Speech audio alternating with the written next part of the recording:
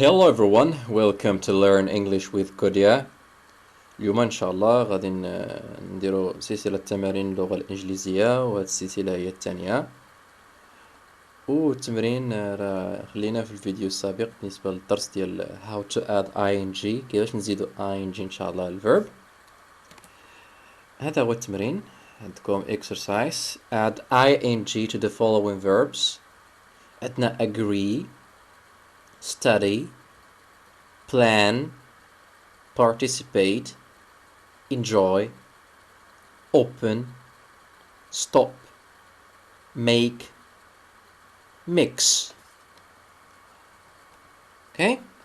قبل ما نبداو التصحيح ديال هاد التمرين هذا، اللي بغى يشوف الدرس راه غنخلي ان شاء الله الرابط ديال الفيديو في صندوق الوصف. بالنسبه اول كلمه عندنا agree، لازمنا لها ing. اش غيوقع؟ agreeing. كي غنزيدو بطريقه عاديه. علاش؟ why؟ because عندنا double e، عندنا جوج ديال او في الاخر ديال agree. اوكي، داكشي علاش كنزيدو ing عادي. number 2 study. حسب القاعده الا ما عندناش هذوك الحالات اللي شفنا كنزيدو ing بدون اي مشكل. هنا study كنزيد ing. كاين بعض التلاميذ اللي غيخلطوا الاضافه ديال ing مع ديال ed. هنا ed هنا كنشوفوا واش الفعل كيسالي بواي ومسبوق بكونسونانت ولا فاول، ولكن مع ing ما كاينش هذا البروبليم. اي فعل كيسالي بواي كنزيدو ing عادي بدون مشاكل. So studying is the correct answer. 3 plan. هنا خصنا نردو شويه البال. yes plan هو من ال one syllable verbs، يعني الافعال اللي فيهم واحد الفاول. هاكاك. شنو كنديرو في هذه الحاله؟ اوكي we look at the last three letters. كنشوفوا اخر ثلاثه الحروف في الفيرب اللي هما l a n lan.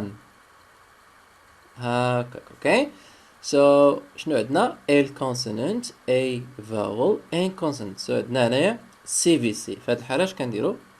we double the last letter. نكتبو اخر حرف جوج مرات. غتكون عندنا planning بدبل n. yes very good.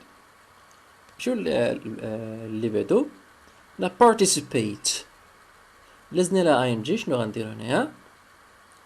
yes good. عندنا participate كتسالي ب e or e in English. okay so في هاد الحالة اش كنديرو؟ we remove e باش كنديرو ing، يعني كنحيدو e باش كنزيدو ing. كتولي عندنا participate. yes very good. next عندنا enjoy. نفس الحالة ديال study. enjoy كتسالي بواي، يعني ما كاين حتى مشكل هنا بالنسبة ل ing. كنزيدو ing عادي بدون مشاكل. enjoying. the next word عندنا open. فعل عادي، يعني ما فيه ما عندنا هنا لا CVC لا لا او في الاخر لا دبل او حتى حاجة. غنزيدو ing عادي. اوكي opening. 7 stop. اوكي هاد stop كتشبهنا البلان. علاش؟ لان stop فيه واحد الفاول، يعني هاد stop كينتمي ل one syllable verbs. very good. اخر ثلاثة الحروف فيه عندنا T consonant O vowel B consonant. في هاد الحالة عندنا CVC، دونك غادي نكتبو اخر حرف جوج مرات. تولي عندنا stopping بدبل B. very good. make.